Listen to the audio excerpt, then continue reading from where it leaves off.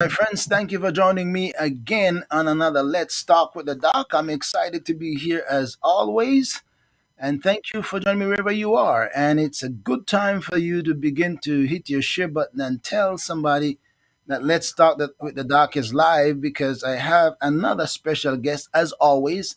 I've been privileged to have interesting guests joining me on my program, and tonight it is no exception. I have with me, I'm going to take the privilege of saying a young lady, a sister from Jamaica, who is very deeply involved in ministry, but she has an interesting story. I have with me tonight Stacy-Ann Resurrected Garvey.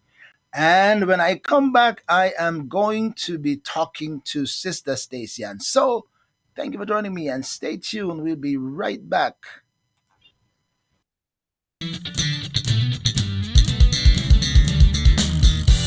ORB Ministry presents Let's Talk with the Doc.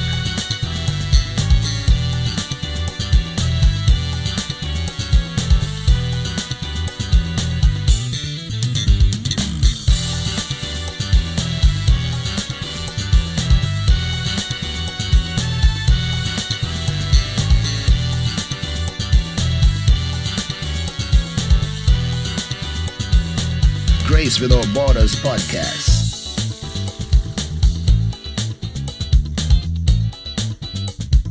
A thought for you. Ask Pastor. And a whole lot more. You never know what's next or who will join the conversation.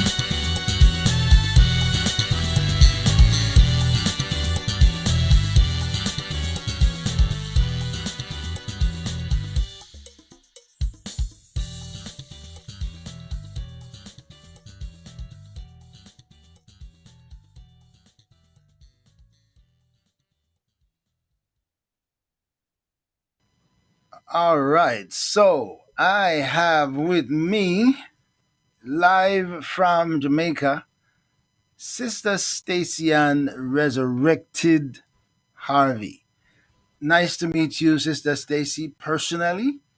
I want to welcome you to Let's Talk with the Doc, and I am as interested as ever to hear your story because, as I said, I didn't know you personally, but for those who don't know, how did I find this lady? I happened to tune into my friend's radio program, Z Life Radio, and I heard her talking to my friend Bishop ONZ Martin, and I was kind of listening in, and I heard a little glimpse of her story, and I thought, stories are always good to have, are good to hear, are good to be told, because stories becomes a testament and a message and a source of inspiration and help to many people. And so I just intervened right then, and only in a couple of weeks, look what the Lord has done. So maybe it is a good time for me to talk to her. And I am going to be hearing her story as we go along, just as many of you will. All right. So, Sister Stacy, good to have you. Thank you so much for having me, and I'm excited to be here tonight. It's such a pleasure and an honor to be on this platform. All right. Well, I'm glad you're excited, and I am excited. So the excited is kind of mutual feeling. We are in that together. All right. So as I said, everybody has a story, and some people's story are colorful. Some people's stories are exciting. Some people's story is depressing, and others are motivating and inspirational. And I'm sure just by glancing in through the little bit that I get to discover of you and the ministry that you are in, it tells me that you have an inspirational story that I am about to hear. All right. So before we get into the real heart and soul of your story, those of us who don't know Stacy, and before we get into the resurrected Garvey, let us get to know who is Stacy-Ann.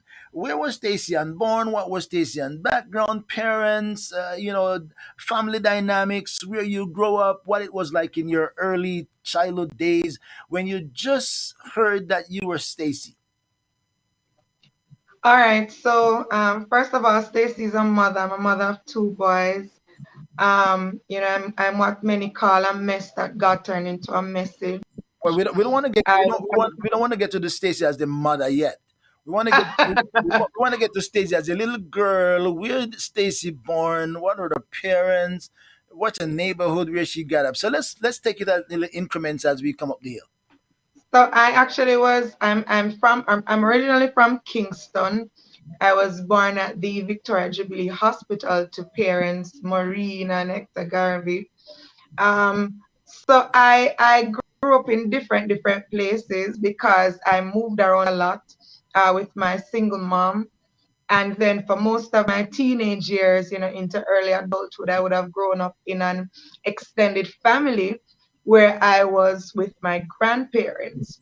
I was a very adventurous little girl, feisty, I would say strong and determined, but my childhood, I suffered a lot of rejection there, and a lot of dynamics from my childhood would have been missing, things that I would not have been aware of until I became an adult, really.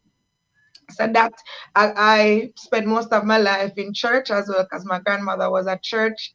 She was a church woman, so we had to be at church all the time. And my first ministry was cleaning the benches, then the bathrooms. So and then Sunday school choir. So yeah, all of that. So that's basically my childhood in a nutshell. Okay, so you have, you say a single mother? Do you have siblings? Do you grow up with siblings or no? So my mother only had two children, which was me and my brother. But my father, Lord Jesus, he had a couple of them. So I knew about two other siblings growing up, which would have been a smaller sister who is no longer alive, and a bigger brother who is actually living overseas. But then when I got to early adulthood, I would have known about two more that I didn't meet until I was an adult. But I grew up mostly with my mother. Yeah, I didn't grow up a lot with my father. Okay. Yeah, we a lot of us have father stories. Our fathers move around. So sometimes they move around, and we find A out a lot of lot. things later on. So a lot of us can tell that kind of story about the differences between father and mother. All right, but so great. So I heard you say something early. Tell me, in the early days, what do you consider rejection? Because I heard you say that you suffer a lot of rejection in your early days. What triggered that? And how did you handle that? So growing up, family for me was family and love and care and all of that for me was just waking up in the morning and being given breakfast, probably the bread and butter and the tea, and somebody washing your clothes and sending you off to school in clean clothes, taking you to church on a Sunday, and probably at Christmas you probably get a doll, to say Merry Christmas. But that aspect of love and care and relationship was missing. I never had that father daughter conversation. I never had that conversation, turning into entering adolescence about, what it is to be a teenager, how I'm supposed to accept certain changes. I never had conversations about how to deal with my emotions, or just the family dynamic, showing love. We've never had a time when we would sit around the dinner table and had conversations. You were never taught how to really express yourself. As a matter of fact, you were not really taught how to really be a child. You were just basically forced in certain situations and you just took it as the norm. So when certain changes came, when I became aware of certain emotions, I had no one to talk to. I had no one to express anything to, because I never saw that. I never saw my family bonding or having fellowship, or even just having some, time with each other where we would, talk to each other and share our thoughts or anything of that nature. So when I found out that love really existed, I went after it in my own way, how I thought it should go, and I tried to look how I thought I needed to look to attract love. So I never got the time to be comfortable with myself. I never got the time to love myself. And I really was never introduced to Stacy-Ann until I became an adult. So Wow. those are some of the things that I'm referring to. You just said a lot. You said a lot, from the early childhood up into adolescence. You said a lot for me to try to track back with you, because um, Mhm. I'm trying to understand what goes through Stacy Ann's mind at what age that she realized that. How did you discover, because for you to be aware that something is not happening in your childhood days, it must be that you have seen it happening elsewhere. You must have admired something someplace and wish that it was that you were experiencing the same thing. So tell me, in that early assessment, as you began to assess, what triggered your assessment, what created your awareness that, okay, in my home this is not happening, the bonding, the love, the feeling of care, and all of that stuff, and welcoming, and I don't see it here, but where did you see it? So it creates the awareness and the hungering and the thirsting for that to happen to you. So I love to read, and apart from, we grew up reading the Bible, and we grew up reading the textbooks that we would get at primary school. But when I got to my teenage years, I realized that, there were other books that were available for me to read. So I had a cousin living with us that was reading a lot of love books. They call them Mills and Boom and Remember those Daniel moves? Steele and all of those books. And then there we got television late. So when we got television now, this was in my teens, I realized that there was soap operas on TV. So seeing these soap operas, you become now aware about another dynamic of family. So I saw something that I was not seeing in my home. Also from reading those Mills and books and Daniel Steele about happily ever after and the fairy tale kind of lifestyle, I wanted that, and so I even started noticing stuff at church where I remember there was this Sunday school ceremony where they were giving awards to children who did well. And so I noticed that, when some children went up, there would be a parent there hugging them and kissing them and saying congratulations and all of that. And I never saw that with me, because I would have gotten awards too. Mm. I also saw that you had families who came together at church, probably in the same vehicle, or even just walked together to church as a family. And I realized then that something was missing from my life. I think what stuck though was the idea of the happily ever after with the white picket fence and the puppy. So I now had this dream and this fantasy that this was the kind of life that I wanted. Mhm. So that's really, in a nutshell, how I became aware of this aspect of family. So you say you like reading. So I assume reading is maybe the best way of educating and informing yourself, of the world around you, and etc etc, and what life is. As you say, some of them are fantasies and nonsense stories. Some of them are not real. But reading is one of the best way, or the best way of informing and educating yourself. Um, so, how did you do in school? Are you older than your sibling or younger? You're the first or the second of your mother? So for my mom, I would be the first. Okay. And for my dad, I would be the second. I think. I don't know if I hear about another sibling. So So so for so now, that, I'm number two. so that is still a guess. That is still a guess. That's still up in the air. Okay. Yeah. All right.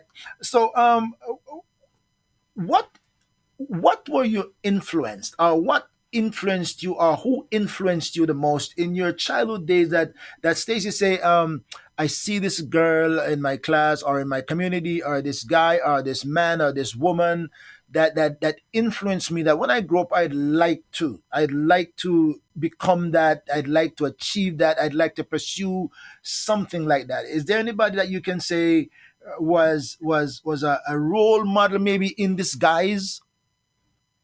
So to be honest, if I'm to be totally honest, my greatest influence growing up would have been my grandmother. Okay. Um, and let me tell you why. She was a very kind woman, and she was very dedicated. She wasn't somebody that, she didn't have a 9 to 5. She didn't work. She didn't, do a lot of things that ordinary people would do. She was like a housewife, but she was kind. She was dedicated, and she was a woman of truth. So that would be my influence.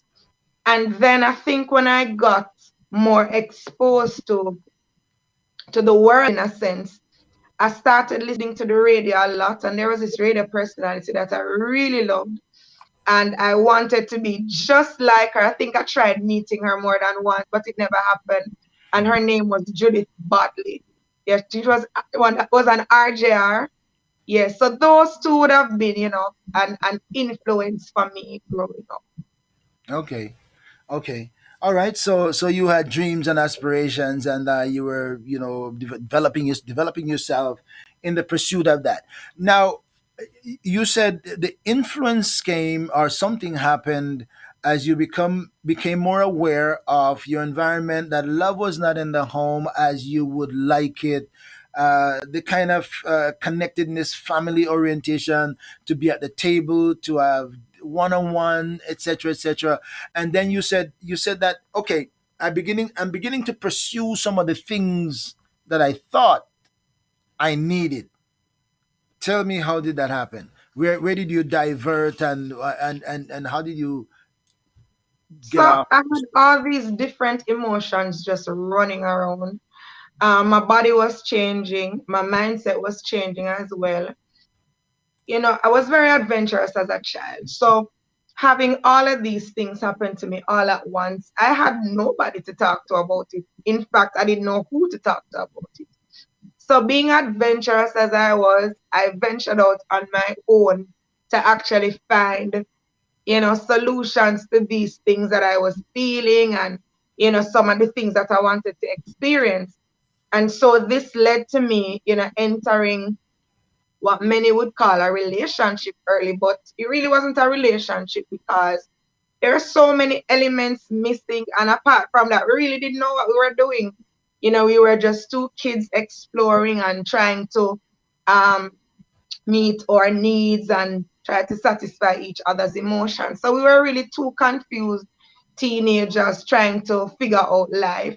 So I entered that relationship early, and really, it's not totally responsible for all the destruction that I would have, gone through, but it was like the doorway and the start to most of what I would have experienced during my teenage years into my adult life. So I became adventurous, and I wanted to find out what this love thing was. I wanted to feel it for myself. And so I basically just dived right in. Hmm.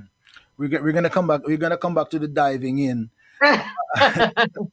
We're gonna come back to the diving in. And my friends, I'm talking to Stacy-Ann, Resurrected Garvey. As many of you would know who that person is, some maybe don't, but you will find out. It's a good time to hit your share button. Tell your friends about it. If you're on Facebook or YouTube, or even to the extent of Twitter, it's a good time to hit your share button and tell your friends that I'm talking to Stacy-Ann tonight, and we're going to try to discover some of her story, because no one can tell all of their story in one night. All right. So I want to go back, Stacy, a little bit into, because you said what you were hoping for wasn't in the home, but and maybe you couldn't communicate with your mother. What was the communication level with your mom versus your grandma? Because sometimes when we can't talk to our parents, we can go and talk to our grandparents, because they have a little bit more of a heart of compassion, a kind of listening ear to the grandchild than sometimes the parent might do. So how did you strike a preference, if I could use that term, or there was a no open door on either side? So my mom had me very young, and to be totally honest, I think when she had me, she still needed her parents.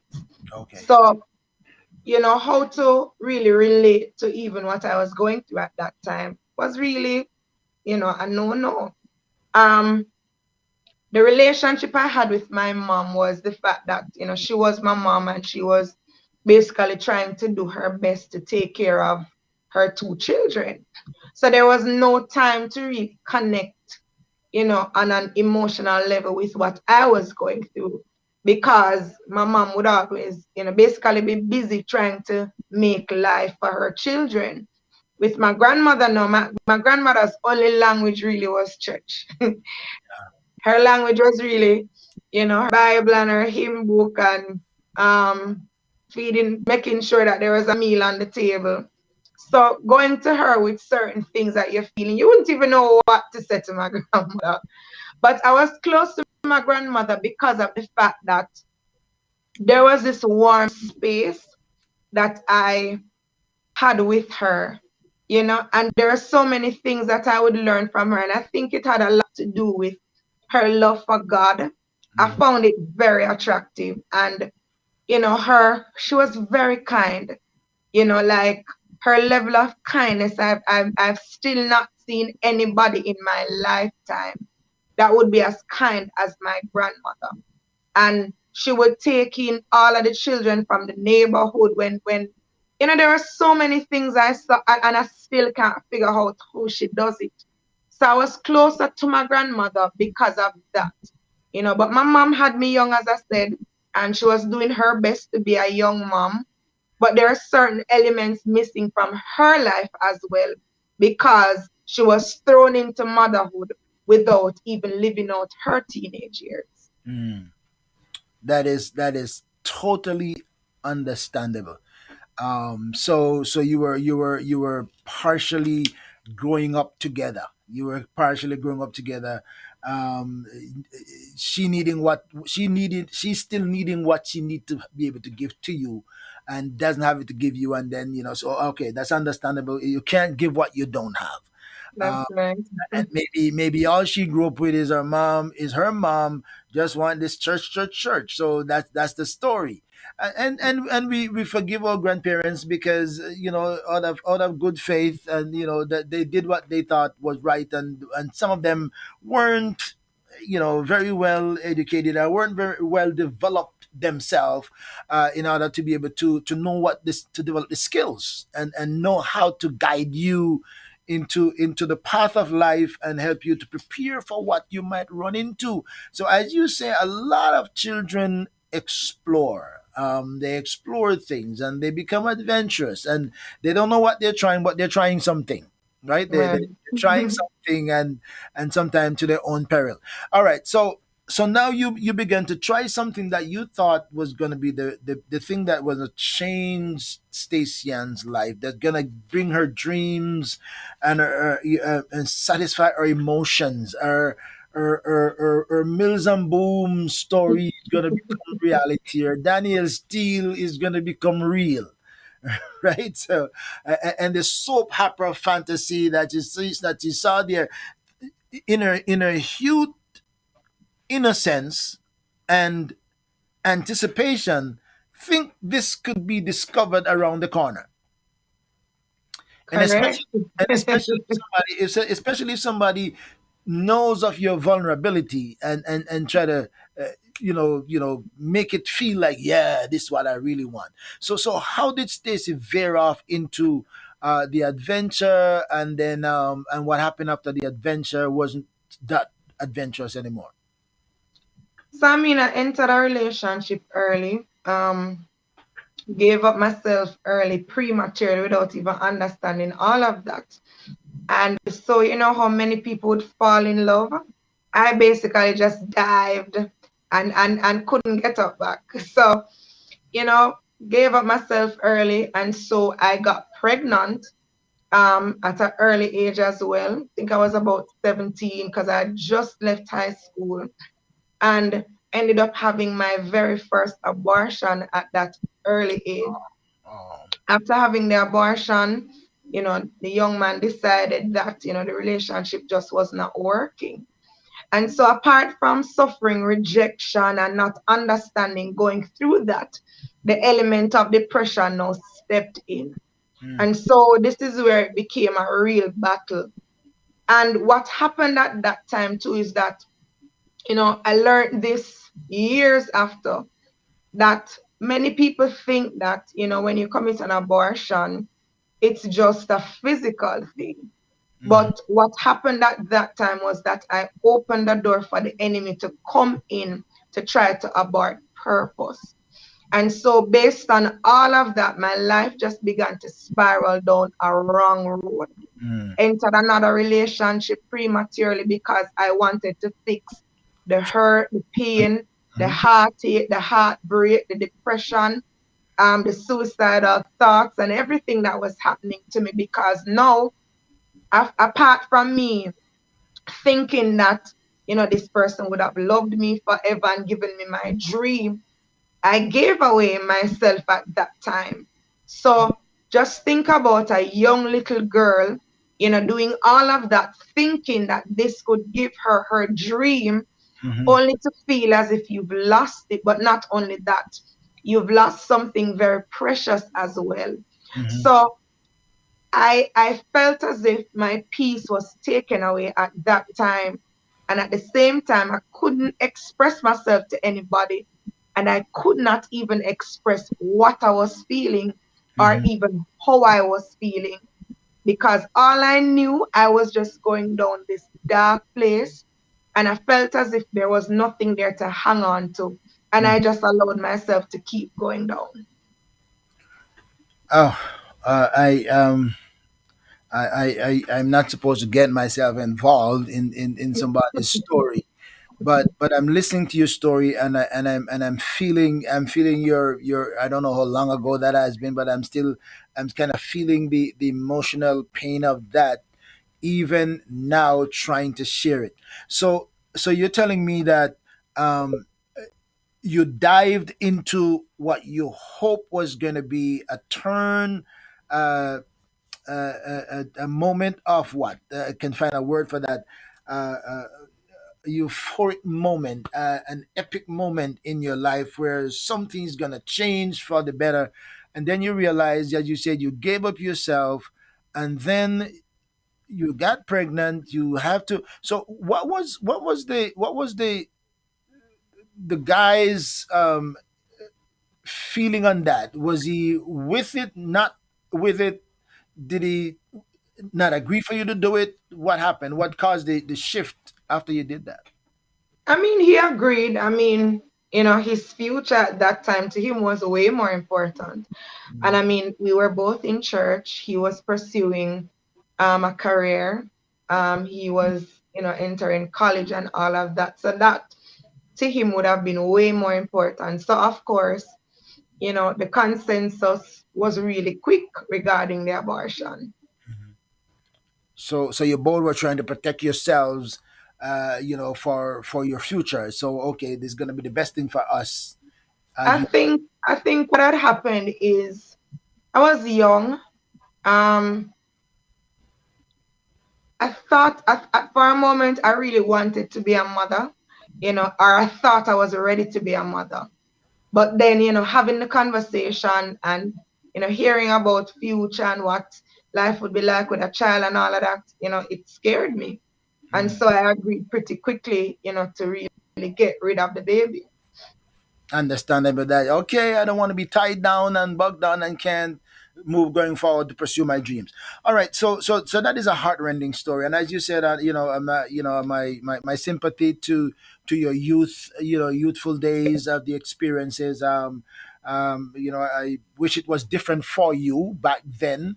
um okay, so you also tell me about going down, and I understandable sometimes when we are grieving, when we become more vulnerable, We become more vulnerable in a situation that we sometimes we grab on to anything that might bring us a little bit of comfort and hope, a sense of acceptance.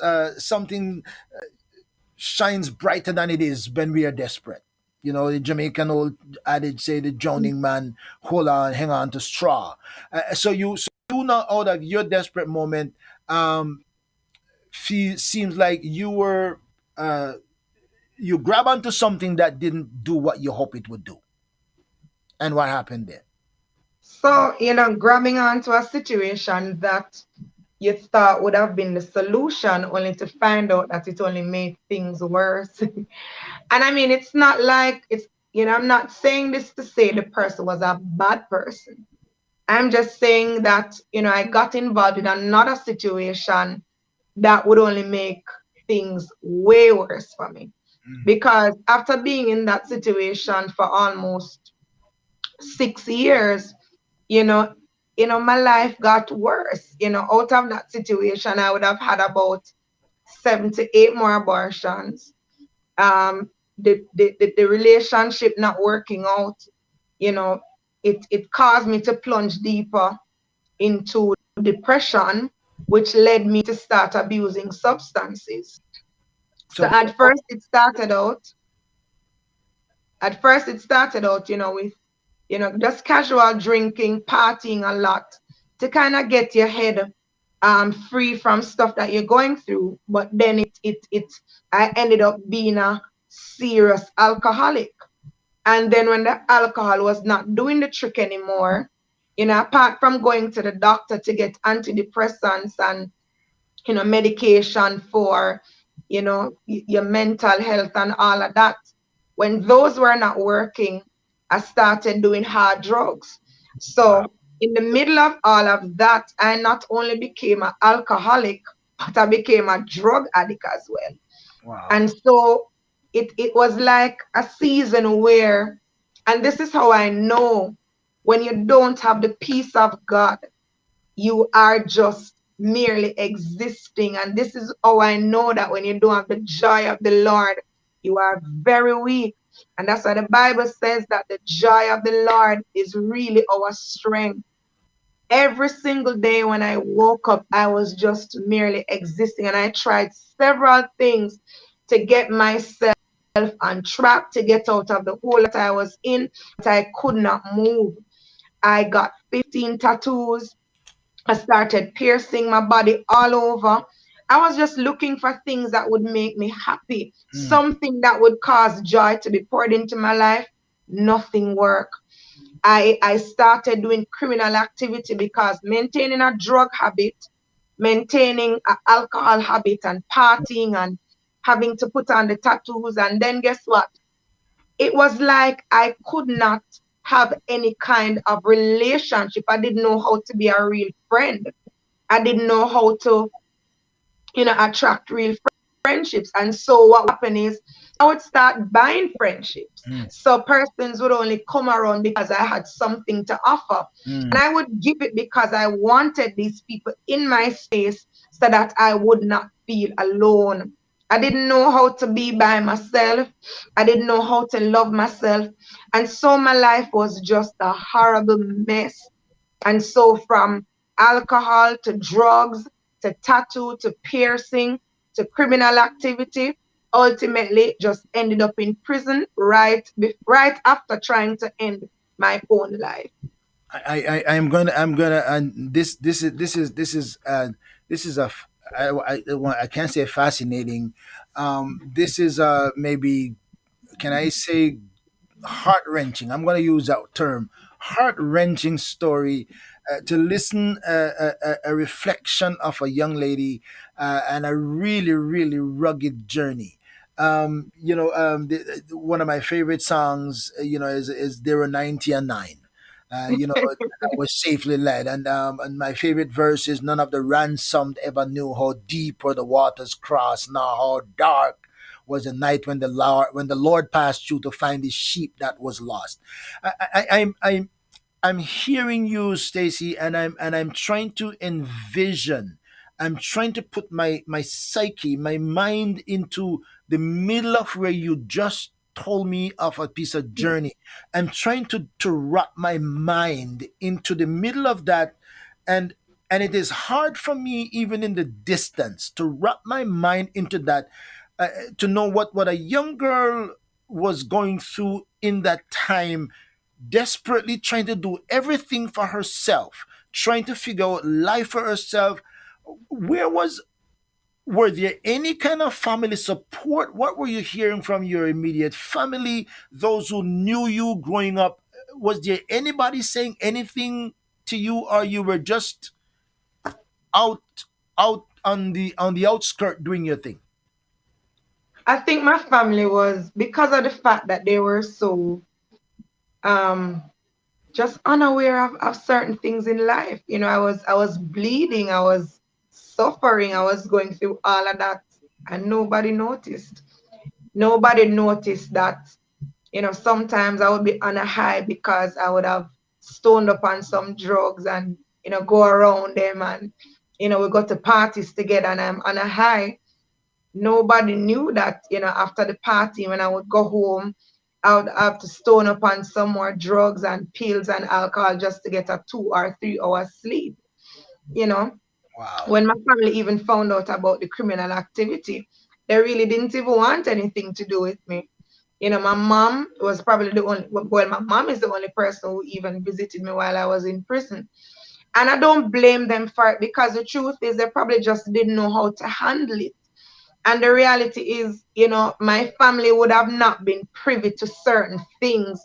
So they really wasn't aware of certain actions or what certain behaviors was saying. So, the family that I was around at that time, and I was so desperate to get their love. I would buy gifts and try to take them out all the time, because I wanted that family dynamic. I wanted my family to really have this love relationship, but it just wasn't working. So they really weren't fully aware. I think, in the latter part, a little bit before I got in trouble with the law, or when it became public that I was in trouble with the law, I think they withdrew themselves because they just didn't want to have any part of it, or the excitement of it, or whatever the case may be. But they really didn't know.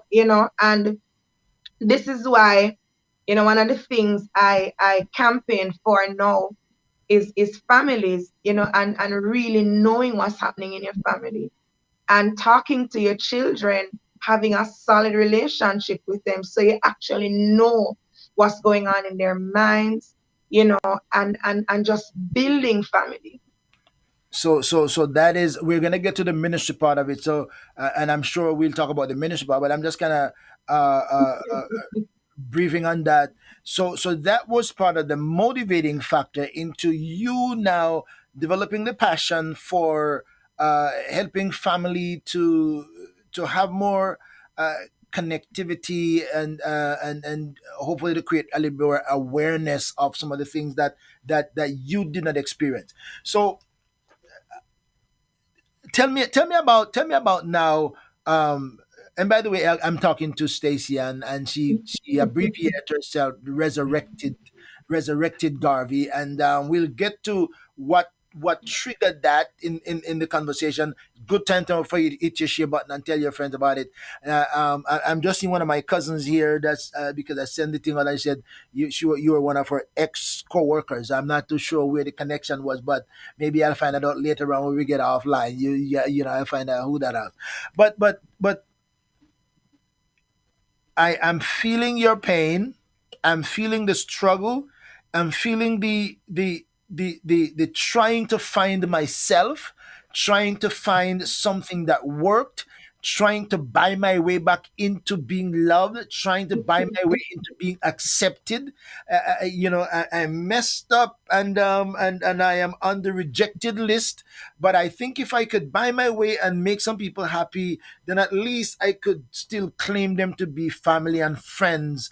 And that wasn't working. So Stacy moved from a beautiful young girl who thought that all the books readings of the fantasy stories would become a dream or reality. Our dream would become a reality. Those didn't work out. Stacy's turned to drugs, alcohol, then drugs, and now Stacy is in trouble with the law. Tell me how that happened, if you So don't. I was working for a company, and there was a racket going on. It got introduced to me as a way to make extra money. I didn't understand, what fraudulent activity was then. I mean, I grew up kind of sheltered. My family didn't even know nothing about that. I thought people who went to jail were people who broke into houses or if you killed somebody. So Mhm. I only thought that, if I got caught, then I probably would get fired and that would be it. But my motivation was really, maintaining this lifestyle that I had, and just trying to live and trying to, sustain the habits, sustain who I had become and where I thought I needed to stay just to survive. So I got involved in criminal activity, got arrested for it, and I was on bail and on trial for not trial, I was on bail for a year. And that is when things spiraled down a wrong road for me. I got into a place of reflection and I realized that, in my 20 odd years of existing, I wasn't living. I had a son by then who I didn't even know how to be a mother to him. Mm. And all of that started to just hit me. I was in my mind, I wasn't worthy to be a mother. In my mind, I wasn't worthy to be a wife. In my mind, I wasn't worthy to be called a lady. And so I wanted to die, and I got to a place where I tried taking my life on several occasions and it didn't work. But one day I became very determined. So there was this day I got up and I was living in an apartment by myself. And I got up the day and I was ready to take my life. I took about 30 pills. Oh my I stoned upon some drugs. I drank about a 3/4 of a bottle of alcohol because at this point I'm saying, and nobody in my mind, nobody would even realize that I'm missing. So I was in the apartment, took the pills, took the drugs, drank the alcohol, and headed to the window that was right at my bedside. And as I was going through the window, listen, I wasn't fully conscious in myself where I could talk myself out of it because I didn't want to be at that place. So I made sure that whatever I took would have caused me to lose all consciousness. wow. As I went to the window and I was about to go through, because I was on the fifth floor, opened the window, was about to go through, I felt a hand in the middle of my back just grip me and pull me back from that window. And when that hand pulled me back from that window, I fell asleep for about 2 to 3 days because when I got up, the bed was messy. So I had wet myself. I had, messed up myself and all of that. And I was very smelly when I woke up. But when I realized that I was still alive and I was still breathing, that is when I started to shed tears. And I'm saying, I knew it had to be God because, it had to be a superior being. And we all know that suicide, once you commit suicide, that's it. So we know that the enemy would not prevent me from killing myself. So I knew it had to be God. Somewhere in my consciousness, I knew it had to be God. And I Wow. remember I opened my mouth and I just whispered and I said, God, why are you tormenting me? I said, why won't you allow me to die? I said, my life is over. And it was just silence. But that silence caused me to hear something from within me. And what I heard, I whispered it. And I said, God, if you won't allow me to die, why won't you help me? And I started to just sob. I went to court, I think 2 to 3 weeks after that. And when I went to court, the judge just looked on me and just said, remand in custody. I was lost in the system for over a year Wow. because that day when I was remanded in custody, there was no documentation for me. There was no file at the court's office for me, nothing. So there, I was remanded in custody almost a year because at that time too, I was pregnant now with my second son, a baby that I also aborted. But prison saved this baby life, and prison also saved my life. So that is where the term my prison break comes from. Wow. Oh my goodness. Oh my goodness. Oh my goodness. Oh my goodness. Oh my goodness. I don't think I don't think anybody I don't think anybody who do not know you could look at you now that I am looking at you, although I'm seeing you on screen. I don't know that anybody could look at you right now and have a clue what your journey has been like. I don't know if anybody could just look at you and imagine what you're telling me. That's a lot. That's a lot. You know, you talk about purpose. Um, I said this time and again, and I'm not trying to take your story, but I'm just adding this to your story. I just said, I say time and again, dreams can die, but purpose lives on. Purpose lives on. And you know, people can kill dreams can, you know, but if you're here for a purpose, purpose don't die. All right. So I'm seeing that, and we'll get to that. But I'm trying to imagine. I'm trying to imagine how does one survive all that you told me that you took, and you were still able to find the window. You were still able to find a window at a fifth floor. What kind? Where's that? Because there are not many fifth floors in many places in Jamaica. You know. It's an apartment in Kingston off Constant Spring Okay. Road, Okay. and they call it Oaklands. Okay. Wow. This is incredible. I'm talking to Stacy-Ann, Resurrected Garvey. And I think I overheard you say you I don't know if you say you had many, and maybe I sleep that many abortions, or you attempted many. I'm not too sure if you had many, but it doesn't matter right now. Here you are in spite of what happened. So you're saying that when you got lost in the system at jail, when you were remanded in custody, at that point you were pregnant. So the funny story about that is, found out I was pregnant, I think, um 2 to 3 months prior to ending up in prison before being remanded. And the situation wasn't conducive to having a baby. So I did an abortion to actually get rid of the baby. So I thought that that process was done and the baby was gone and all of that. So when you're remanded, they normally take you to the jail. Mm-hmm. It's only when your papers are processed that they take you to the prison. Mm-hmm. But the funny thing what that happened with me is that I'm not sure what caused it, because sometimes the jail cell is too full. You'll find that they'll put you over the prison because you're on remand. But for some strange reason, or should I say a godly reason, I was taken directly to the prison. Oh. When I got to the prison, I got there late. Normally, they admit you at a certain time and they don't take anybody past 6 o'clock. When I got there the evening, it was way past 6 o'clock. And I heard them talking and saying, normally we don't accept persons after this time and all of that, but we're going to take her. Mm. So I went in, they accepted me, but I was not registered on their muster, because once you enter the prison, you're no longer considered a person. They consider you a number. So you're placed on a muster. Mm-hmm. And so that muster for the evening has to um, connect with the muster that they take in the morning. So the muster would have already been checked off for the evening. So I would have been an addition, which would make the morning muster off. But they took me anyway. So when I got up the morning, they said that I had to go to the office to be processed because I wasn't processed the night before.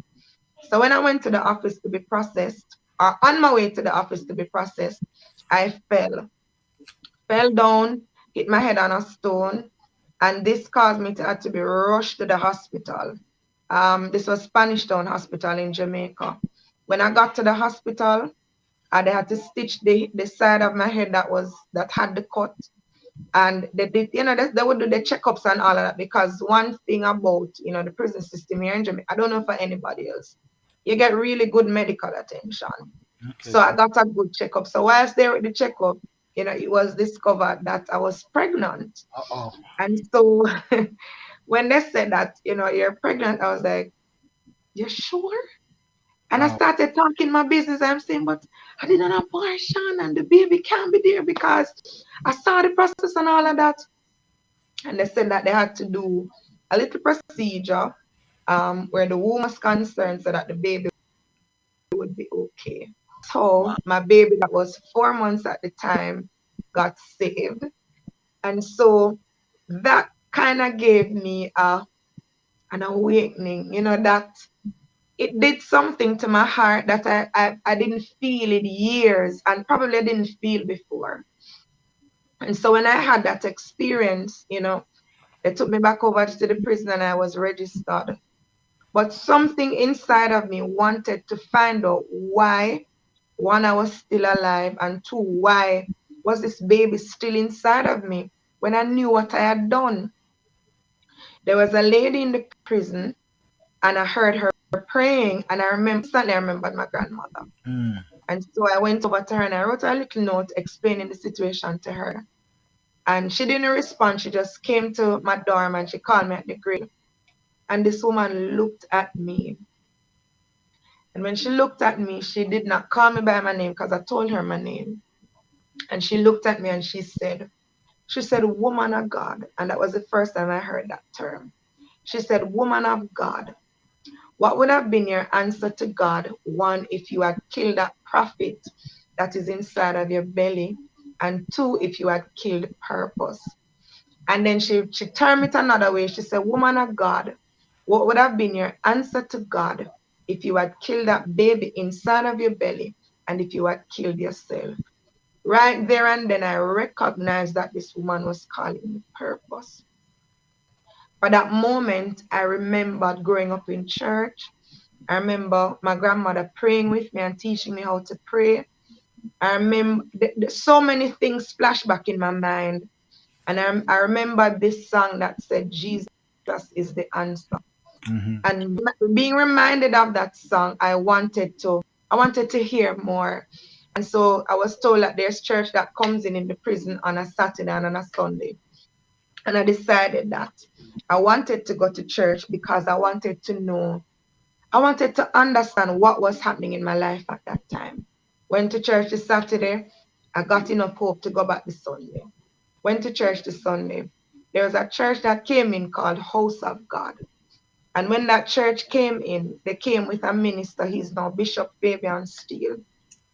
And he read, I think, from Jeremiah 29, verse 11, when the Lord was saying, for I know the thoughts that I think towards you, and to give you an expected end. And when he read the scripture and he spoke, he looked in the crowd of inmates, and for some reason his eyes connected with mine, and he opened his mouth and he echoed these words: do not let the devil write and end your story.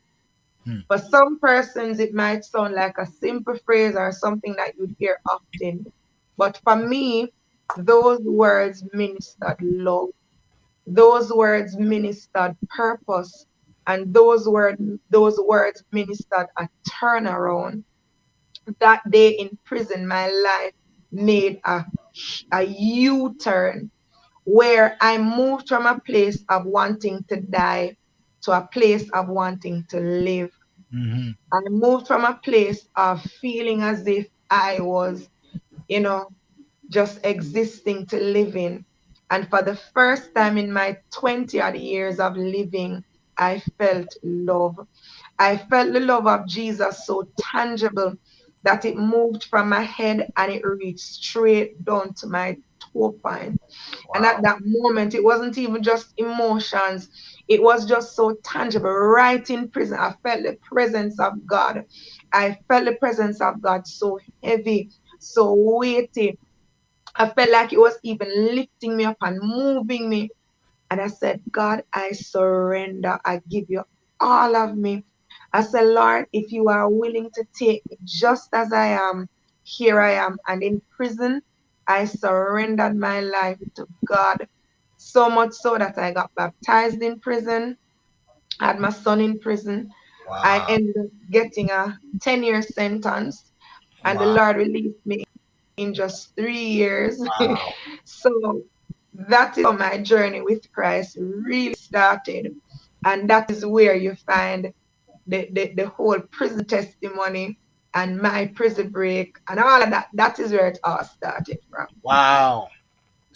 Wow. Whew. Wow. I just digested a lot. I just digested a lot, and the reason is because I don't really know your story, know you as a person. Everything is, I'm getting it like fresh. It's all new to me. I'm just journeying and opening my ears to hear what's next. I cannot. Well, these are some of the reasons why it is so important for people to share their stories, and for people like you to be so bold and so open and so willing to share your story, because it is amazing what God has done, and I can only consider this to be God. um,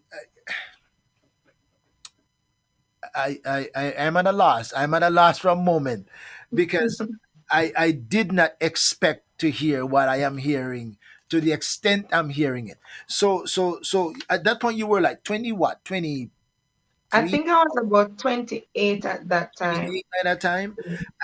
And so you thought you clear yourself of this pregnancy.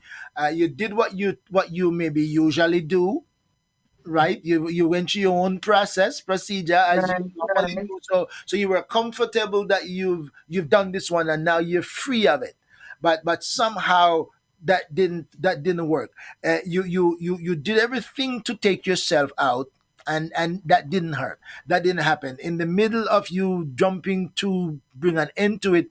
So who was the person who held you? Was it a real hand, or it was just an unseen, unknown hand? To date, I it had to be God, it had to be some divine intervention because there was nobody there. I was living alone. I didn't have a life partner that would come and stay with me, or, I was in and out of situations, and there was nobody that had access So, to the apartment so you like said there that. was really not a physical person that really helped. There was no physical person That is even more incredible, and there. that is even more incredible. And who can question that? Again, as my wife is saying, how amazing, and one of my friend sisters is saying, how amazing is God. And really, God is past finding out. And again, I come back to purpose. And I thought,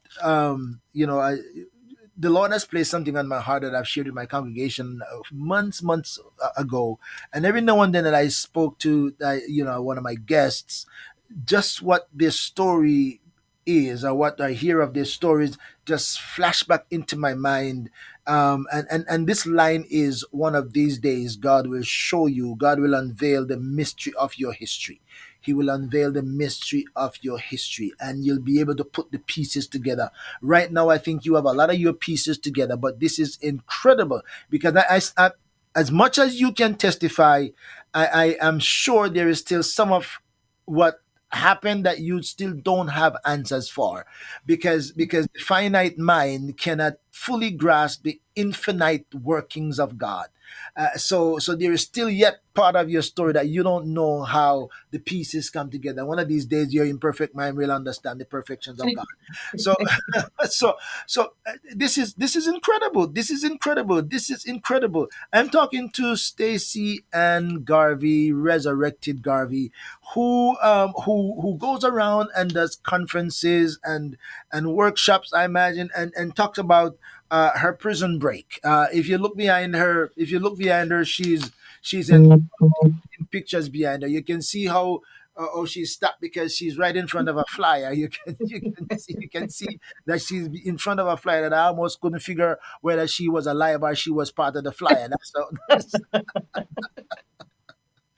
that show how fully embedded she's in the flyer. But we're gonna so tell me a little bit more. So Stacy, you now are prison, sentenced to 10 years, and pregnant. Your baby was born in prison. How did you handle your baby being born in prison? How did you handle that when that became your reality? Now you're incarcerated. Not only by yourself, but the baby you tried to abort. Now you have the baby, and both of you are in prison. What You happened then? know, I was so grateful that I was alive. I was so grateful that my life had been transformed. I was experiencing a grace that I never thought existed or I didn't know about. I Wow. had tapped into the mercies of God that made every situation favorable for me. So the reality is that I was in prison. I was, facing a 10-year sentence, but mentally I became a free woman. Mm, And because I was free mentally, it made everything for me just seem favorable. So mhm, much so that it attracted natural favor to me. So as much as I was in prison, my baby was well taken care of. We had good. He got good medical attention. We were taken to the hospital when it was time for his birth. Uh, I got ultrasounds done. He saw a pediatrician. I saw a gynecologist. So the medical care was good. The officers took really good care of me. Stuff that I needed, I was allowed to get it. My mom would be able to drop off stuff that would be needed. When he was born, he had a crib. I mean, no one wants to have their child in prison. I mean, and that's not something that I'm promoting. But exactly. the mere fact that I was there and I had to pay for my mistakes, I had to face the consequences of the things, the actions that I would have done. And that was my situation. But I was graced to go through it. And because of that, the appreciation and just being grateful, that caused the situation to feel a lot better than it really was. And so I kept my baby until he was about 9 months. And then I sent him home after. But it wasn't a horrible experience as many would think. And the Department of Correctional Services did an amazing job in ensuring that we were okay. Well, that is one good part of the story, and the other good part of the story, as I do my own little assessment from where I am in the distance, is that God showed up early, Very early. early in the process while you are incarcerated. So to bring number one, peace of mind, and to bring hope, and to restore purpose. So now you have a reason to keep living. Um, so him showing up early helped to release the tension and to prevent further what's the word I want to use, um further destruction, if I have the mind, if I'm not even the right word that I want to use. I'm just trying to find the word. I say further decline or deterioration of the mind, or to sink deeper in depression, because I would imagine that finding out that you didn't get rid of the baby and you are now incarcerated with the baby, maybe on a long term sentence, you're going to be there. If there was not mercy and grace, then tells me that could have been a really bad situation psychologically, emotionally, mentally. And if you lose all of those things, then you only have your carcass, or just the frame of the body left, if all of those. So God in his wisdom, because there's purpose for your life in the future, he relieved your mind and gave you hope. I have two people speaking to you directly early, so he can set you up for what's next to come. So when you heard, tell me how, when you heard now you get a 10-year sentence, how did you assess that, and why? I was really at peace, you know. I was, physically incarcerated, but I was mentally free, and that for me meant more than everything else. Because for 28 years I was bound, like walking around just bound. Listen, I had no peace of mind. I didn't know what joy was like. I didn't know what a good night's sleep was for like over 10 years. Um, I was just living a miserable existence. But when I got into the situation called prison, and I realized that God actually showed up. I mean, I was amazed. There was nothing good about me. My name was plastered all over the media, for criminal activity. And, things were added. So there was nothing good out there about me. And for God to still show up for somebody like me. I mean, I grew up in church, but I neglected that. I neglected praying for years. I neglected church and Bible and, just intercession on a whole. I didn't want that. I wanted what the world was offering. And so for God to really show up for me, to show me that, listen, I love you. I place something in you that's valuable, and I won't leave you alone. And even though you might be a mess, I still want you. Wow. Because when I pour myself, when I pour myself in you, that is what is going to matter. And that is what will give you value. So I might have been in prison and I was about to wear the prison garment, but his glory was now on me. And because of that, that mattered more than anything. So when I went back to court after a year, when they finally found me, I'm the one who pleaded guilty. I'm the one who didn't want to go through a trial. I can't even tell you all the charges because, to be honest, the only thing I cared about was making it right, Mm-hmm. making amends and just moving forward with my life, with who God had now called me to be and what He wanted me to do with the rest of my life. So even though, I was facing a 10-year sentence, being a free woman, I was now happy to be a prisoner of Jesus Christ, who was now facing the physical prison. But I know that my expected end was now greater than where I was coming from. So that's what mattered to me. All right, that's great. That's a great part. So tell me. Okay, you were resolved that this is going to be a long time here. What happened? Why you only spent 3? Divine intervention. So when I got my time, my baby went home a little bit before I got sentenced. And so when I got sentenced, I heard the voice of the Lord clearly, do time with me. Mm. And so I spent a year just going through the scriptures, building relationship with God. And so I fell in love with relationship over power and even anointing.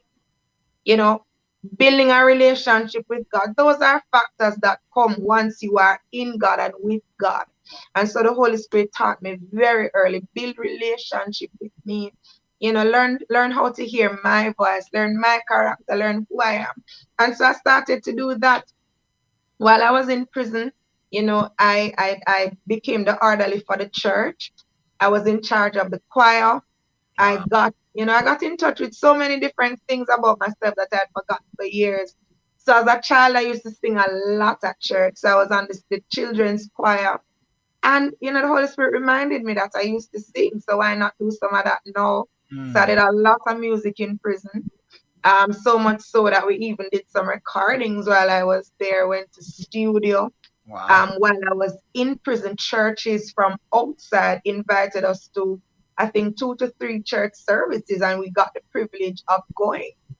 I started writing my book in prison, but I didn't know it was going to be a book. I thought it was just journaling. I did several programs while I was in prison, several rehabilitation programs, wrote a lot of letters to different organizations to get equipment for the music department in prison. I was instrumental in the computer lab in the prison. And so, I came up with a lot of activities for rehabilitation for the prison. And so, I was very active while I was there. When I was leaving, they actually hella little party for me to stay. Yeah, so even officers were crying and all of that. Oh, But I wow. made use of my time while I was there. And I was always active. I mean, there were times when you would get a little sad because, especially on holidays, you would children and all of that. But then, the Lord would use me to cheer up others that are in the prison. So the reality is, I had to organize concerts and, little penny concerts for the prison so that, they would have a little joy and they wouldn't be so sad and all of that during the holiday period. So I was very active while I was there and did a lot of programs in there. So that the Lord said, do time with me. And that's exactly what I did. After 3 years, the Lord sent me on a fast, 3 days, Esther fast. And I went on the fast, no water, no food. And I remember when I came out of the fast, the Holy Spirit said to me, ask me what you will. And I heard the Lord say, you're going home. And I said, okay, Lord, if it is your will, let me go home before my time.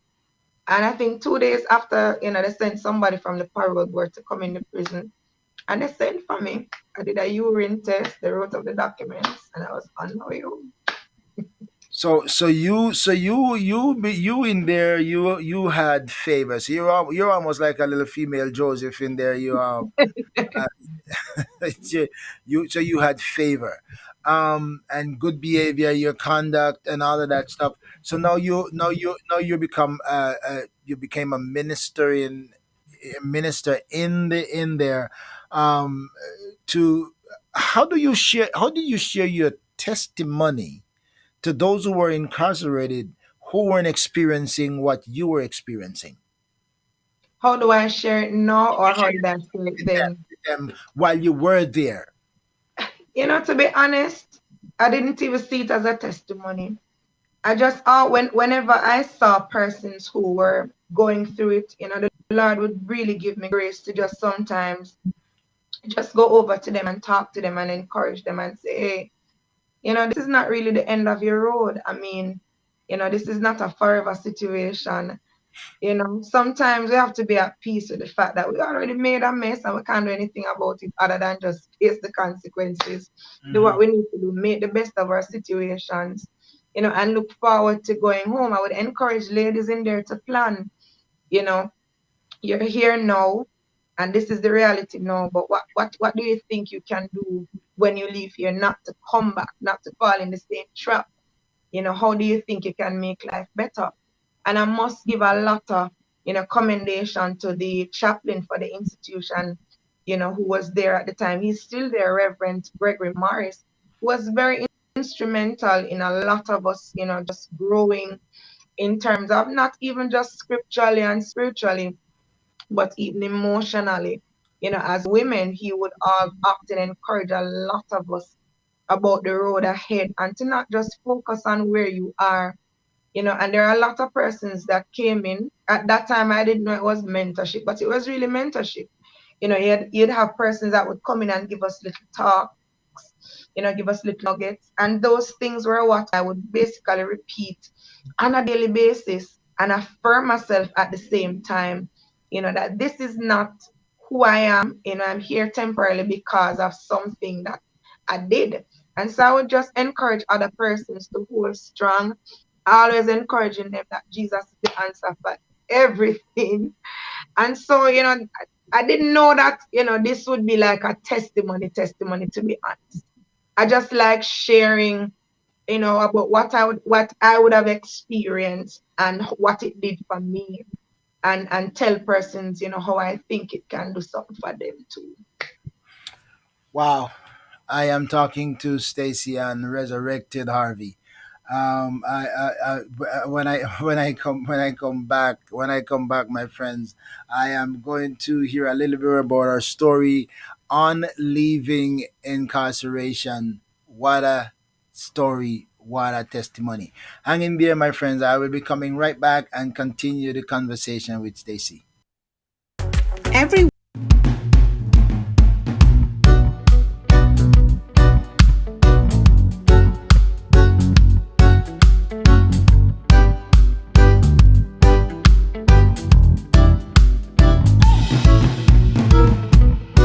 Whoa, whoa, whoa.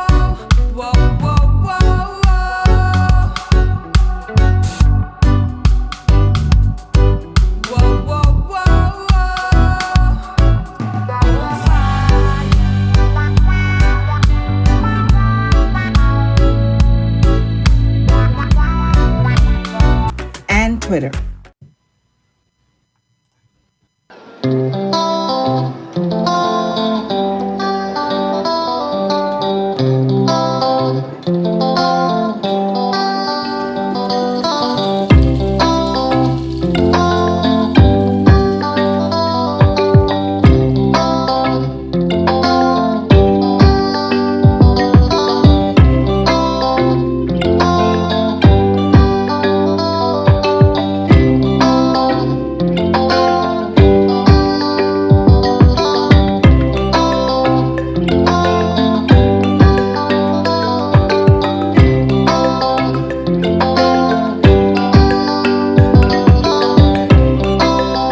Friends, I am talking to Sister Stacy-Ann, Resurrected. And I don't know what else she would should drop in the parenthetical period there, space there, but I think there's a lot more that could be placed into that parenthetical portion just based on what I'm hearing of your testimony. So all of these wonderful things God has showed up for you, all that you have done to destroy yourself, or all that the devil has done to try to destroy you. Come back again. I'm saying this story like Joseph. His brothers meant it for evil, but God meant it for good.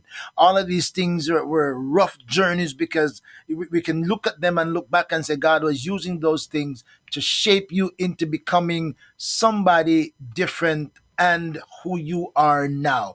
Now, tell me, Stacy, what now that you leave, you've been released from incarceration, you got to come back into society. You're facing the stigma, I would imagine, of what when you come back into your community.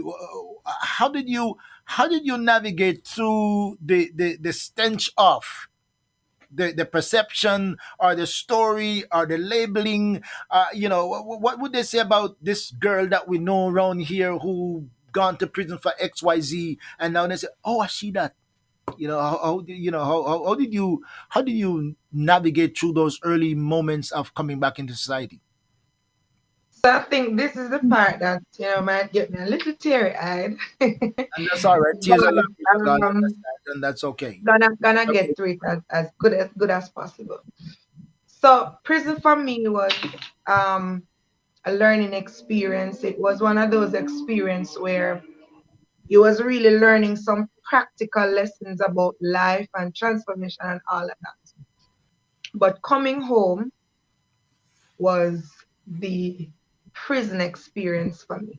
Mm, It was hard because there are many persons who believe that once you are scarred, that is how you should be for the rest of your life. There are persons who will never see your transformation. They're only going to see, what they heard about you. They're only going to see, excuse me, where you were. And they're only going to see the things that you've done. And I'm not just talking about persons who are in the world. I'm talking about people who are even in church. It was hard. It was hard starting over. It was hard, as a single mother, trying to survive and not go down a wrong road because you're trying to just make ends meet, or, you're trying to keep the lights on. It was hard getting a job. When I finally landed a job, it was hard to keep it. mm. It was hard to, get people to understand and believe that, this Change. is who you are now, believe the change. Mm-hmm. It was hard to, you know, and for me, it wasn't about proving to people, but it was about living that life that pleased God. And so persons would have their own perception of who they think you should be, how they think you should operate, and what they think you should do. I suffered a lot of church hurt, Mm-hmm. you know, a lot of it. And I had to get to a place where God had to teach me about, just being delivered from issues of the soul, because It's people hurt you every day, not just from church. You get hurt on the job, you get hurt by friends. But sometimes we take the church hurt to another level because it's church. So The Lord had to teach me about that. if there should be a safe place, a place of restoration, it should have been church. Unfortunately, church sometimes can be the worst place where you find restoration, and that is sad because I'm a church guy for 50 years. So Yeah, I had a lot of that. People who I thought would participate in my restoration participated in trying to see my demise. mhm, mhm. And it was a lot, and I had to navigate and put into practice all that the Holy Spirit would have taught me. Maintaining my joy, maintaining my peace, just maintaining who He had called me to be, and just continuing on a road that would lead me to where He wanted me to go. I suffered for about 6 years. Wow. There are times when I was thrown out of houses, couldn't pay the rent, and I was literally thrown out in the street with my son because I only had one son living with me at the time. There were times when I wasn't able to provide food because I was a single mother. I didn't have anybody assisting me. So there are times when I remember one day I had to eat dog food because of how hungry I was, Oh and I Lord. just didn't have anything to eat. I remember there were days when I would get up and I didn't know what I was going to give my son to eat. And I would have to literally pray and hope that somebody would message me and ask me what's wrong so that I could tell them what's wrong. You know, I've lived through days like that. I've lived through days where people would come and tell you that the Lord said that they should help you and then turn around and use it as a weapon against you. I've had persons try to use my situation as a way to get close to me intimately because they saw a need and thought it as an opportunity. Yeah, you're I've susceptible. had to fight through situations like that. I've had to, really fight to keep, my God given integrity and character because of the fact that you're not allowed to make a mistake ever again. Everything that you do would be seen as an error, and you'd be noted as the person that went to prison. Just today, I was sharing an experience with somebody, and I remember attending a church, and I remember one day I was a part of the church, and they were unable to find some money, and I was called and asked, if I took out $5,000 out the offering pan. Oh, And I was like, no. And, shortly after the pastor sent me scriptures, rebuking me and telling me what happens to people when you what? steal from church. Oh, wow. So, coming home I remember there was a time in my life when I was just living from loans to loans to loans just to survive. And persons might look at it and think, what kind of careless life is that you're living and you're a Christian? Especially when I started ministry and I had all these errors that I would have done because I was just trying to survive. And all of it was facing me. A lot of times people would say, you idolize leaders and whatnot, but I had good leaders, who stood up for me. I remember lone people came to my church trying to disgrace me, and my pastor stood up for me, and they really believed in my transformation to the point of saying, this is who God has called her, this woman I got to be, and would really push me in purpose. But in all of that, you know, God was really preparing me for ministry. He was really preparing me to see and meet the needs of others. And He wanted me to, see what others were going through. I remember there was a day when I was going home from work and I was, heading towards the bus station. And, I hope I'm not being too graphic. No, no, no. It's your And story. at that time, I had only like three underwear, but they were in such a bad condition that sometimes I would have to tie the side of one of them or pin it up or something. And there was a day when I was heading to the bus station and one of them, it loose, like it literally fell off me in public. The good thing is that I was wearing a black stocking that was thick. So even though it fell off and it came down, it just looked like the stocking was just bubbled up on my foot. So nobody really realized. And it was only when I got into the bus, I could take my little time and try and fix it in a way that it would not go noticed. I suffered. And I remember, after about 3 years of suffering, and I said, I was praying and asking God to deliver me and, provide for me and do all of that. And I got a word that God is going to take me through another season where I'm going to think I'm going to die. Mm-mm. And so I was already suffering. And so God took me through another 3 years. Every minute the light would be cut off. Every minute the water, I had to go to neighbor's house for water. At one point, everything in the house got, the stove stopped working, the fridge stopped working.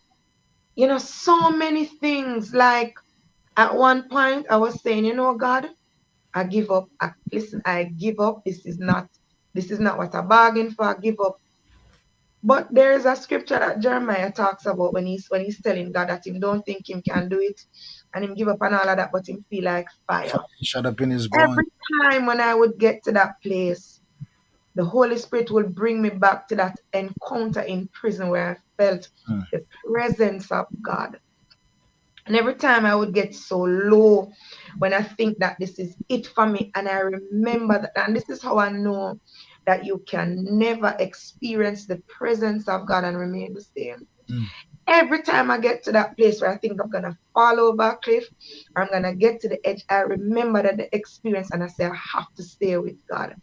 And I find some kind of ammunition, some kind of scripture, some kind of prayer, some kind of worship song to just keep me in the presence of God. It was hard. Wow. I was broken so many times, so many places, and with so many different things. And the hardest part for me, and this is how I understood, even when Jesus was heading to the cross, I don't fully understand, but I kind of get a glimpse of how he would have felt when, those that he thought would have been, there, Mm. people that I thought would have been my supporters and would have walked with me through the season, turned out to be some of the greatest enemies.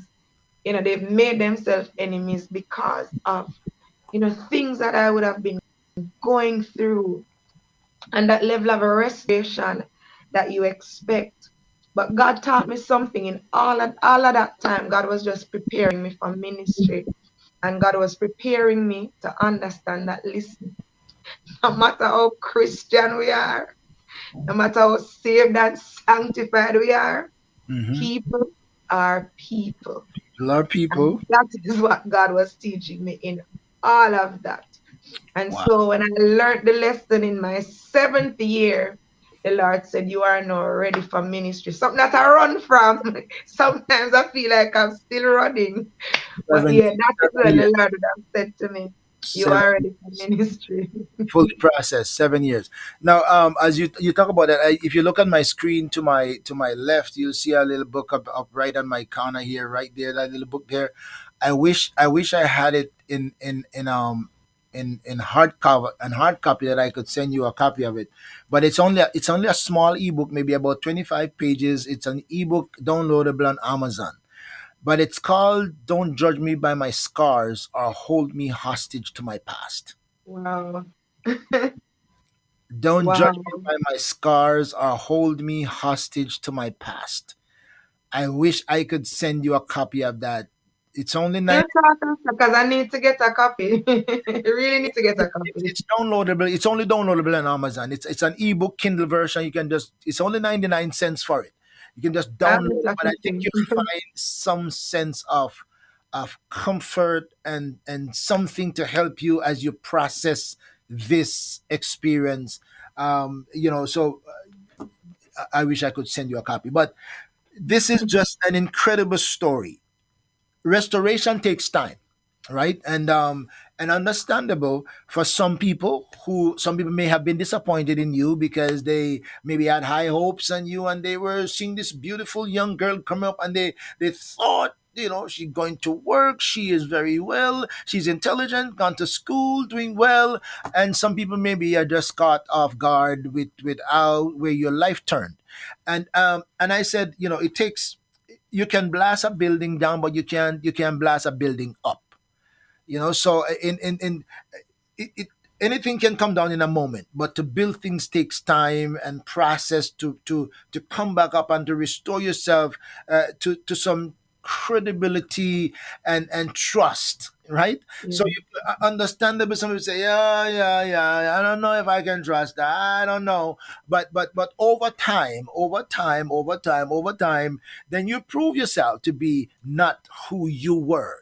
And there's nothing you can do to really clear yourself completely from the psyche of some people. Some people just can't let go of what they know. They can't see change. They don't believe in, especially the redemptive blood of Jesus Christ and the power to change and to make your whole things pass and all things become new. Some people can't really digest that. Only some people can do that. So I understand the struggle, but then if you can stay focused on the Lord and what He has called you to do, then gradually the intensity will grow dimmer and dimmer, and you can walk freely and do ministry because you have grown into it. So now you're out, you've gone through your dark valleys, dark days, dark years, but you still keep going.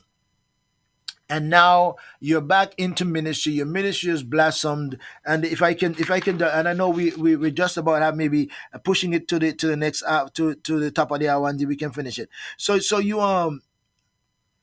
so we've kind of covered all of these. Your author. You wrote a book, Yes, I and did. you wrote a book, and your book is, what your book is entitled. Your Prison Break, is that what it's entitled? My Prison Break. Your book is entitled My Prison Break. Yeah. It's on Amazon as well. Okay, I think I would want to. I've heard your story, but I'm sure there's a lot that I couldn't hear in this brief program. So I hope somewhere that I can get my hand on that I can have it, something I can read on Stacy's story. Um, and so you're author, you're speaker, coach, conference host, minister of the gospel. So we've covered all of them. Visionary of Resurrected Garvey Ministry. Now, give me a little synopsis on the vision of, not division, but the vision of the So of the the vision Garvey. of the ministry is really about transformation. A few years ago, the Lord said to me that your pain is wealth. And a lot of times, many of us would have gone through situations, not understanding that, God would have allowed it for His glory and for Him to use us as a, how should I put this now, as a representative of just how powerful He is and what He can do. And so the ministry is about transforming lives. And so we do a lot of prison ministry now. We do a lot of outreach ministry in Jamaica. We travel to almost the 14 parishes, where we feed the hungry, we feed the homeless, we visit communities, we give back clothes, we give back food, we pray with them. So we're not just about telling persons God will bless you and pray and all of that. We are representatives of the kingdom. And so we go out and represent the kingdom. Right now we have a project working on where we met a family who is in a horrible situation, and we were taking on our first building project where we want to build a home for them, and help out with the kids that are going to school and many other things. We do a lot of we do counseling as well, we do mentorship, we do a lot of speaking engagements. We're normally going to schools, but schools just reopen now. So we're going to be looking back into that again. So it's really about transformation and making much of your situation. I remember about 5, 6 years ago, I was sleeping and the Holy Spirit woke me up, saying, Resurrected Garvey. And I Googled my first name, which is Stacy-Ann. It actually means resurrection. And so what the Lord would have said to me is that death is not final in any situation. So no matter how far gone, someone thinks that they are, my redemptive blood is able to make anything brand new and give anything life. And so that is really what we are about, and we're about restoration as well. Many times, as believers, we only want to cater to the spiritual needs of others. When sometimes somebody just needs a little counseling, they just need a little encouragement. That's true. And one of the things the Lord said to me is that we've limited the gospel to just four walls, when His gospel is way more than that. It's about going into the world, going into nations and regions, spreading the love of Jesus Christ. And how better to do it more than cater to the needs of others. I've had persons who I didn't even go to them and evangelize on that level, but that aspect of love and care that we've shown have caused persons to say, hey, I'm giving my life to Jesus Christ. Just last week we went into an area to give back clothes and food and groceries and all of that. And while I was leaving, one of the ladies ran up to me and she said, listen, I'm getting baptized on Sunday. Now this woman has lived with her common law spouse for years and they have children together. you know, what would have convinced her to leave that situation, or, put it in God's hands for Him to work it out and say, hey, I'm giving my life to God and let Him work out everything else after. Our action of love. And this is what this ministry is about, practical gospel. Not just studying the Bible to show ourselves approved. That's a principle. You study it, you must know it. But we're demonstrating Jesus Christ, His love, and what He Himself demonstrated and commissioned us to demonstrate in this domain. So that's what really this ministry is about. Wow. And we're very transparent. So I'll tell my story, I'll tell it like it is. And so it will encourage a prostitute that is out there that thinks she can't come to Christ. She'll see the story and say, oh, if she can go to me, can come. Somebody will see me with my tattoos and say, hey, if God can use her, He can use me too. Because sometimes, them always sing this song, the viler, the sinner, the richer the blood. We know Yeah. that, man. No Yeah. matter how far you think you're gone, God can use you.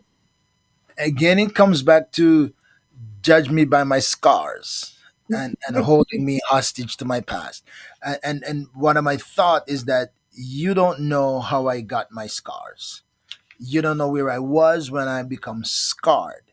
And some scars are not removable. Some scars are permanent. But the person is not always defined by their scars or by their history. Their history is not necessarily a prologue to their future. Sometimes we can't really get rid of where we're coming from, but it's history. It's not a determining factor in where we're going. So most of us have to learn that people can actually get past their past and they can move into becoming great. As a matter of fact, some of the greatest people in Bible times are some of those who had checkered pasts. So Yeah. some of those who had checkered past. So yeah, those of us who have come to understand the power of redeeming grace know that change happens and old things can become new. I got a couple of questions for you, Mike, and I wish you success. I've seen some of your pictures, your videos. Some of them are very distressing, to come to light. But that's what you do as a ministry. Blessings to you. A question for you. Talking about how old is your son? Your son was born while you were in incarceration. He's going to be 12 this year. Oh, so he's still pretty young. Yeah. What kind of conversation you have with him when he asks you questions? Is he curious? Is he skeptic? What kind of questions he asks, and what do you have to tell him about his own story? As he grew up. I think he was fascinated by the story. So I'm very transparent with my kids. I believe that is important because you don't want them going on social media because they're gonna get there at some point. You don't want them going on social media and finding out about stuff. Discovery, all Or you right. don't want them to get information secondhand. So I sat both of them down. Today is my eldest son's birthday. He's 15 years old today. For him. Happy Yes, birthday. and so I sat both of them down and I explained, my life in a nutshell to both of them. Explained my mistakes to them, told them where I erred. I've even apologized to both of them because they weren't responsible for, me being in the situation, or they shouldn't have to face consequences for it either. So I've explained it to them. I think, they were a bit fascinated by it. But one thing though, I can tell you that they have been my greatest encouragers and supporters. Just because, they've often said to me that, they're proud to have me as a mom, for me to survive something like that and be bold enough to talk about. I mean, at that age, for them to say that. So, no, I don't hide my scars from them either, because I want them to feel comfortable to come to me and talk to me, whenever they feel something different, or, both of them are, my big son is now in his teenage years and the baby is now just entering his adolescence. So I want him to feel free. Just the other day, my eldest son, came to me with a conversation about how he felt about girls and all of that. And I was able to advise him, say, listen, I'm not ready for that yet because this is what it comes with and all of that. And he took my advice. Why? Because in his mind, I would have experienced that. So I know what I'm talking about. So I've leveled with them about it. Well, it's good. That is excellent. That you're open, honest, down to earth, because it helps them to be able to fit in and navigate through the world, know what to expect and know what not to do. And I hope that the pain that your son hears that you've been through because of that, he'll be aware of that, not to victimize somebody else or to put somebody through that same process of grief. So hopefully that he learns from that. Oh my goodness. So your motto is sola scriptura, which means you scripture alone is what your life stands on. Oh my goodness, Sister Stacy, this is an incredible story. What else do you want us to know about you? What you do? Um, uh, Anything that I don't know what to ask, and you would say, you know what? If he had asked that, I would say this, but maybe he didn't know what to ask. What else you want to tell us about your own story or about your own ministry? What you want to share? What else you want to share? You have shared a lot, so if you reach your end, you have done more than anybody can imagine. So I'm not pushing you to find anything if you don't have anything. So the truth is, I'm passionate about people. I'm passionate about, seeing lives restored, and I'm passionate about, people's transformation. I really believe that nothing is impossible with God. And so, places and people that people wouldn't want to go to, I take the opportunity to go. Things that persons probably don't want to participate in. I take the opportunity to participate in it. Why? Because, experience the love and the power of God. I just want to share it, and if God can do this for my life, I mean, look at what the Lord has done for him to resurrect somebody like me and not just leave me, but really put me out there to represent his kingdom. That says a lot to me. And so because of that, I don't want to waste any time by being cute about it or being ashamed to, do anything that he has called me to do.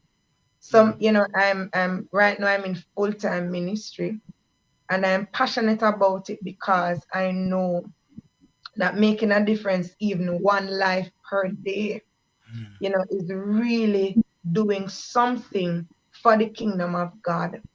And the Bible says, for God so loved the world that he gave his only begotten son. He loves people. He's passionate about that. and his one of his well his number one mandate is for us to spread his love and give people his gospel and make them aware about his salvation, explain to them what the power of his blood can do so that, we'll reap the harvest for the kingdom. So, in a nutshell, I love people. I'm passionate about people, and I'm into going into the highways and the byways and the ministry that the Lord have allowed me to operate. It might not be four walls and, all of that, but I'm going because God says to go. And so, a lot of persons might see me advertise a lot about, getting help for persons. It's the passion because I myself was there and I know what it is like. And sometimes when you're in need or something just not right, it's you struggle to really serve God in the way you want to. And that's the reality. Emotions all over the place. And so those are most of what I'm passionate about. God bless you. I have two more questions for you. One, have you run into a young lady? Have you run into a young lady who was incarcerated, come out of jail or prison, and don't know how to get themselves back together, and you have to kind of say, "This is how I do it, and this is what my experience was, and this is where I am now." I've had many situations like that. Some There are persons who are caught in a cycle. I know persons who basically repeat prison every year or every other year because it's a way of life Mm. that they know. So the petty crimes to survive or they carry drugs. And that's a way of life that they know. And the truth is, you know, our system is not designed to give people second chances. Hmm. And unless you have a conviction that says, God has to do this thing for me, so I'll wait, many end up back in the situation. And so, one of the things that we're trying to do as a ministry is to implement programs and get an organization running where we can tangibly help these people either go back to school and give them a stipend that them can survive until, and even sometimes they go back to school. When they finish school and to get a job that says, do you have a prison record? And you say yes, it's not, that is a red flag right there and there. So unless you have a business mind to run a business and something that's feasible, it's hard to survive. And I believe that, not because you make a mistake, you shouldn't pay for it for the rest of your life. If that was so, then there would be no need for Jesus going on a cross, you know. And so I've met many persons like that. And this is one of the things that as a ministry, we're really pushing forward so that we can have these programs that will help, these people become entrepreneurs or just in go into the system, go into the government system, the justice system, something to say what can you do for these people. Mm. Because listen, just because you make an error, you cannot spend the rest of your life paying for it. It would make no sense you serve a sentence because it means that you're still serving the sentence. Over and over and over again, Right. serving it in perpetuity. That I'm with you. I'm with you. But society in general set rules and laws and guidelines and statutes without considering the human cost. They only look at the crime aspect, on the untrustworthiness of the person based on history again, and they put a black mark on you.